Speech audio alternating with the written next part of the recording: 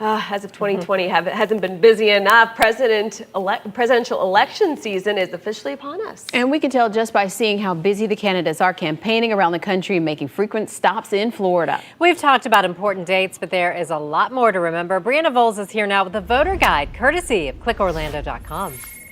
Julie, citizens who are eligible to vote will also be casting ballots in other important federal, state, and local races and voting on a number of amendments in Florida. The first thing you need to do, and I've said this before, is check to see if you're registered to vote. And we have made that very easy for you by including a link in this web story right here on clickorlando.com. Now, the deadline to register is October 5th. And casting a ballot is kind of like taking a quiz. That's a good way to think of it. You won't be graded, but you do need to study up. Before November 3rd, you want to get familiar with what you'll likely see on your ballot. So if your county has already provided one ahead of the election, you will be able to study a sample version also in our voter guide. And if you keep scrolling down here, you'll see we have a county by county breakdown of information that Central Florida voters need to know based on where they live. So here you'll see links to early voting sites. You can also find out your early voting dates, find out whether you can vote by mail, and also continue to check there for your sample ballot. And again, that is broken down by county. But next thing you want to look at is key races. While every election position and amendment is important,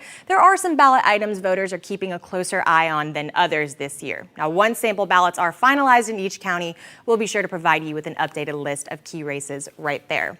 And if you watched our newscast yesterday, you probably remember our Ask a Doctor discussion about COVID-19 safety at the polls. While Florida continues to report new coronavirus cases daily, Supervisor of Elections officers in Central Florida are stepping up safety and sanitation protocols to protect voters when they cast their ballots in the general election. To see how counties are taking precautions, plus other resources in this voter guide, you can head to clickorlando.com/results2020. Ladies. Lots of good info. Thanks, Bree.